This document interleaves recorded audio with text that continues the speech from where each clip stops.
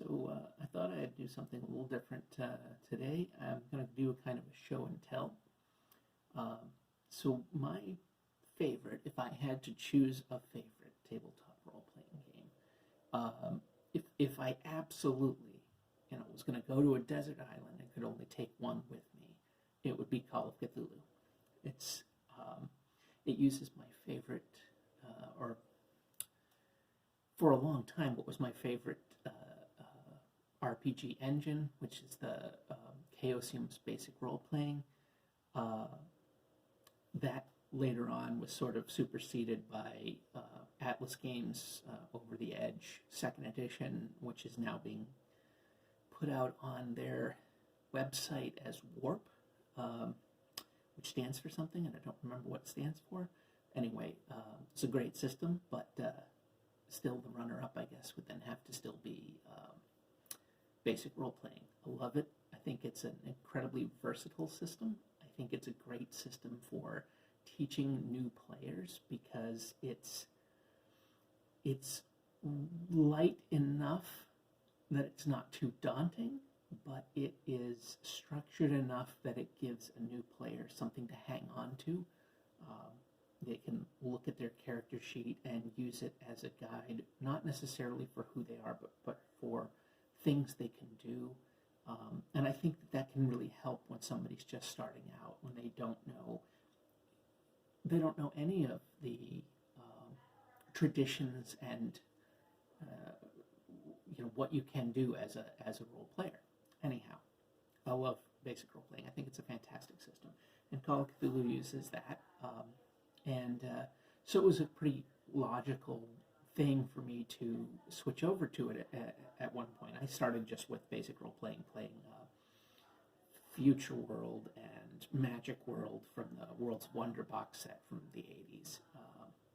But then as I got a little older, I learned about H.P. Lovecraft, and I started reading Lovecraft, and I read a lot of his circle, and then I read some of the Lovecraft disciples, those who came later and wrote more cosmic horror. And cosmic horror really captured my interest. It really brought me into, it got me into a lot of things. It changed the way I looked at what I read, and it changed different things. Anyhow, I find cosmic horror to be especially compelling. Supernatural horror tends to bore me. Ghosts, vampires, all of that human-centric, I guess just supernatural, the gods and demons. It kind of just bores me at the end of the day. I don't find it particularly interesting. But when you take that out, when you take the personal out of it, and it becomes cosmic horror, it becomes this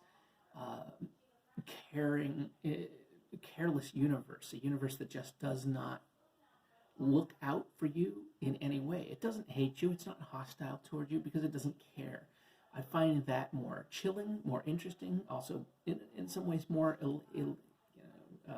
exciting. So Call of Cthulhu is a game that I often use when I try to introduce new people into the hobby. I find that it's very good for one-shots. I find that it can be fun. The horror genre particularly can be fun because it's easy to freak people out a little bit, without necessarily being disgusting or awful. You can freak people out a little bit. You can have some fun. They can be killed in horrendous ways and not feel bad about it because, whatever, it's a one-shot, it's fine, it's part of the whole thing. You watch a horror movie, you expect most of the people to die, so it's fine.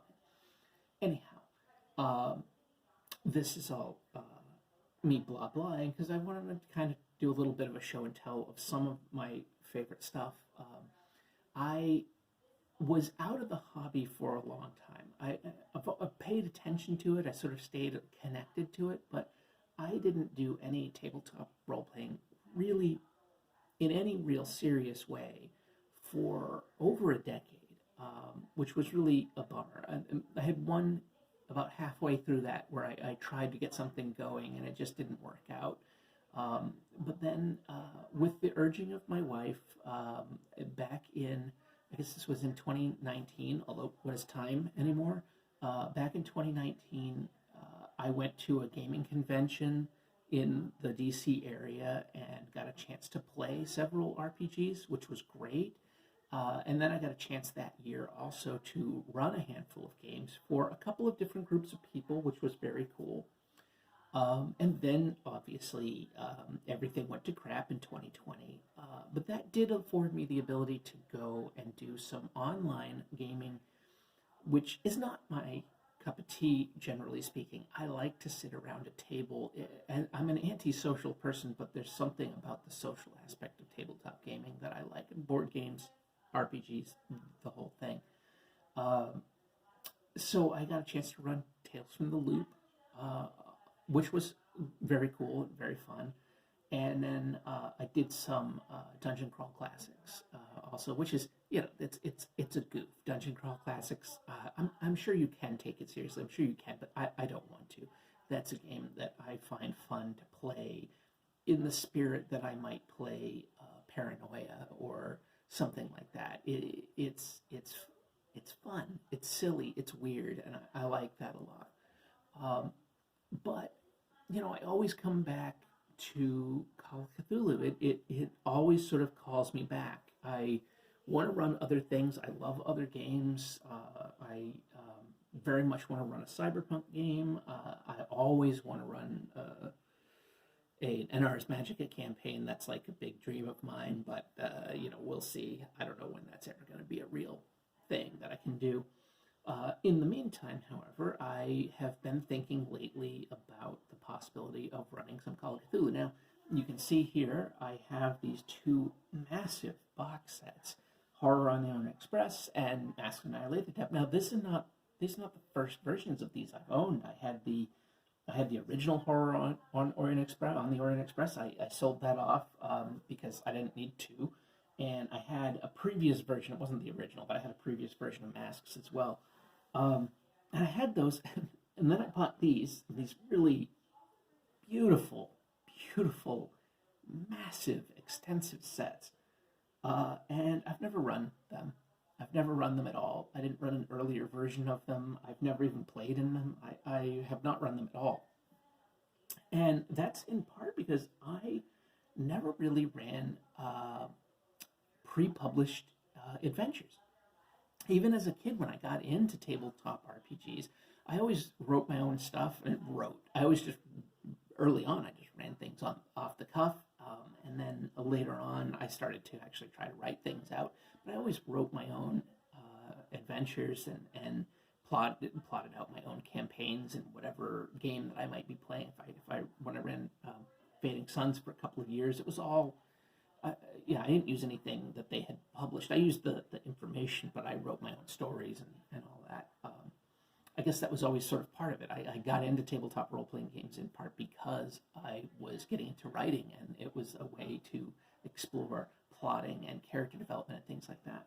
So anyhow, my first time ever running a published adventure was running The Haunting, the Call of Cthulhu game The Haunting, and it wasn't even my first time running Call of Cthulhu, but I ran The Haunting, and I can't help it when I run pre-published stuff. I can't help it. I modify it, I rewrite it, I make it my own, and I did that, I guess, to the point with The Haunting that one of the players had actually already played through the scenario, and he told me that he didn't even know that he was playing through The Haunting until the climax.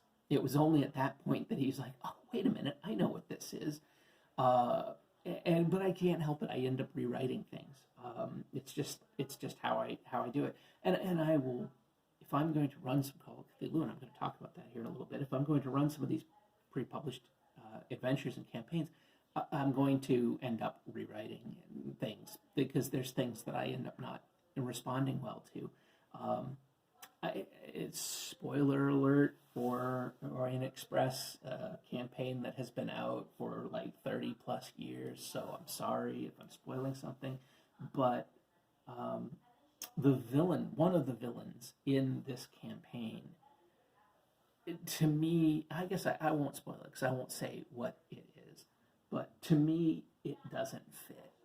And that comes back to my kind of what I look at with cosmic horror, what I think of cosmic horror being, and what I want from Call of Cthulhu. I do not want traditional supernatural earthbound cryptids or whatever.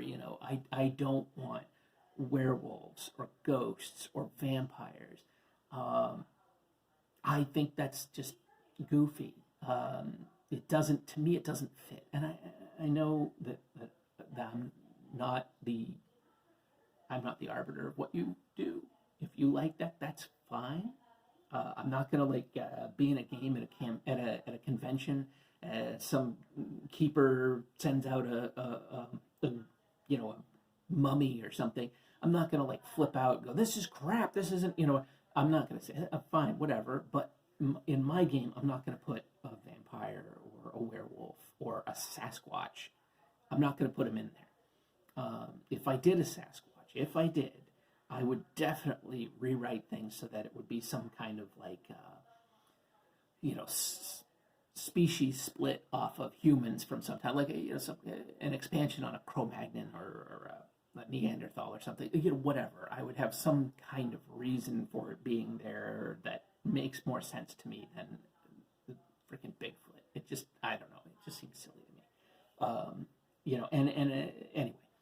Um, so anyway, I want to show you some of the stuff that I have that I am kind of interested in.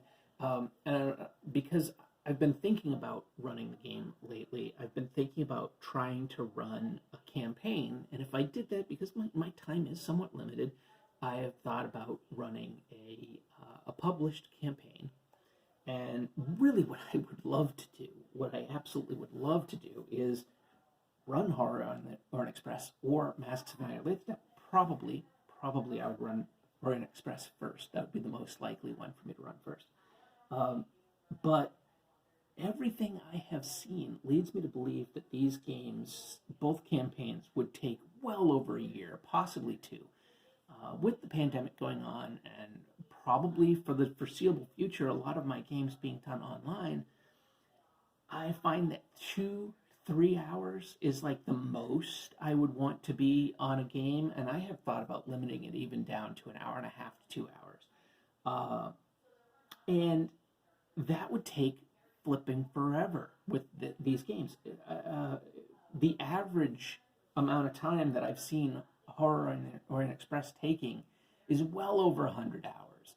And if I'm meeting people online for a few hours a week or a few hours every 2 weeks, which would be more likely, it's going to take a couple of years to run through the campaign, and I don't want to commit to a couple of years of my Saturday nights. I'm not there right now. And because of handouts and things like that, I'd really like to run it in person. I'd really like to have people sitting around a table and have a map of the train out and have the items from the different locations. I would love to have that as a physical meetup game. Drink some 20s cocktails and have some fun. So, with that said, I was looking for shorter campaigns. I was looking for something a little less than these. And I've had it suggested to me a couple of times. If memory serves, it was the first campaign, but that could be wrong for Call of Cthulhu. But I've got this edition, this is not the first edition, of Shadows of Yog-Sothoth, which I've seen some people say is kind of like almost a dry run for Masks of Nyarlathotep, where it's got some similar themes. It has some similar concepts. It jumps across the globe in the same way. So I've thought about running this. I haven't read through all of this yet. I've read the first scenario, and I've actually read it a couple of times because I've thought about running this a couple of times. And what I keep finding is that I don't really like the first scenario. And so I'm going to try to read this whole book coming up. I'm working on something else right now, but I'm going to try to read this whole book coming up and see if I can rewrite things to make me happy. Now, that might mean dropping that first scenario and just pulling out the pertinent information, making sure that it gets into some later scenarios, or rewriting it in some way. I don't know. there's a bunch of reasons why I don't care for it, and I'm not going to go into all of that. But one of the things that I don't like is I don't like that they created what is clearly it's the Golden Dawn, but they call it the Silver Twilight, and I don't. It just doesn't fly with me. I know they wanted a fictionalized version of a similar kind of concept, but whatever. It just doesn't work for me. If I was going to do it, I'd want it to be the Golden Dawn. I have this book from Pagan Publishing on the Golden Dawn. I know some stuff about them. I've read some stuff about them. I would want it to just be them, but they weren't around in the 20s, which then does bring me to. I was just reading this afternoon. I was rereading the introduction to this game, and it does talk about it being relatively easy to shift this to the 1800s. I don't know if that's true. Maybe it is, and that got me to thinking. Maybe if I ran this, maybe running it as a Gaslight era would be better, and then just simply make it the Golden Dawn instead of the Silver Twilight. Maybe I don't know. Again, I'm going to read this to find out and make sure. When I was looking at this, it seemed like this was a more loosely tied together thing. The adventures are not necessarily as interwoven as Masks or certainly as Orient Express. But I don't know. So I'm thinking about it. I may run Shadows of Yog-Sothoth. If I do, I've thought about possibly doing like campaign diaries. I liked Matt Colville's campaign diaries, even though apparently they didn't get him a lot of viewership on his channel. But I enjoyed those. I don't even like D&D that much or at all, but I enjoyed his campaign diaries talking about how his game was going. And so maybe I'll do something like that for this. I don't know. So as part of this show and tell, I was thinking about some of the other stuff that I've got. So, I mentioned the Golden Dawn, and I've got the Cthulhu by Gaslight, the 1800s source book, the 1890s source book. So that's an era that I do find sort of interesting and I think has a lot of potential. And I can see why sometimes they say that the 20s scenarios can be translated over to this relatively easily. There are differences, certainly, but it's not so far off. So, I don't know. It's tempting to use this and maybe do Shadows of Yog-Sothoth as a Victorian era game. We'll see. I don't know. I've got some of the other historical settings, the Dark Ages, which I do really kind of want to run a Dark Ages game at some point, maybe just a one-shot. Same with Cthulhu Invictus, the Roman era. Now, I do have a couple other like campaigns and stuff. I'm fascinated by The King in Yellow. Robert W. Chambers' story I find super, super creepy. Chambers overall, I think, is a crap writer, but his handful of weird stories that I've read, short stories anyway, have been super creepy. They just have such a strange vibe, and so I find that sort of fascinating. I'd really like to do something with Hester and the madness and all that. And I do have over here, you'll see, I've got the King in Yellow, or the Yellow King role-playing game. I got a chance to try a scenario on that, and it was interesting. I don't know if I'm sold on it, but I want to check it out at some point and do a little more. Another campaign, Day of the Beast. I don't know about this one. Plus, this one is set later, and I don't know if I do a campaign, I might want to do a follow-up campaign, and I'd rather not start with something that's set late. Same with Realm of Shadows. I have several with the Pagan Publishing stuff because they did Delta Green. I don't have the new edition of Delta Green. I haven't picked it up because it's quite expensive, but man, Delta Green was awesome. This was what I wanted in the 90s, and I never got to play it. This was like mixing all the best of the mythos with the X-Files and all of that. I was absolutely enraptured with the books, and then never got a chance to play the game, and that always disappointed me. Now, the one that I find really fascinating and is apparently not super popular or whatever, but I don't know. I actually really like the Dreamlands. I really like Lovecraft's Dreamlands. I'm not a big fantasy guy normally. Like, I'm not into the Tolkien-esque fantasy generally, but I like the vibe. I like the weird kind of Clark Ashton Smith, Lord Dunsany weirdness of the Lovecraft Dreamlands. And I do want to explore this at some point. I've got this one, the Dreaming Stone. which is, from Chaosium. I read through this a long time ago. I don't really remember anything about it, so I might look into that again sometime. But I just recently got The Sense of the Sleight of Hand Man by Dennis Detwiller, who I probably just mispronounced his name, sorry, but he did a lot of pagan publishing work. And I've heard very good things about this. I'm really curious. It seems really interesting. Detwiller's art is always sort of cool, but there's something cool about this setting, so I want to check this out at some point. So anyway, I just wanted to talk a little bit about that. We'll see how things go. I don't know. Let me know if you're interested in something like a campaign diary. If I do end up running Shadows of Yog-Sothoth, I don't know. I'll keep you all posted, I guess, at some point. Anyway, as the usual stuff, like, comment, do all those things that the algorithm needs to know about, and check out my writing if you want to. I have a post on my blog way back from the beginning about my opinions on Lovecraft and the Lovecraftian universe, which, I don't know, read it if you'd like. Whatever. All right, take care, everybody.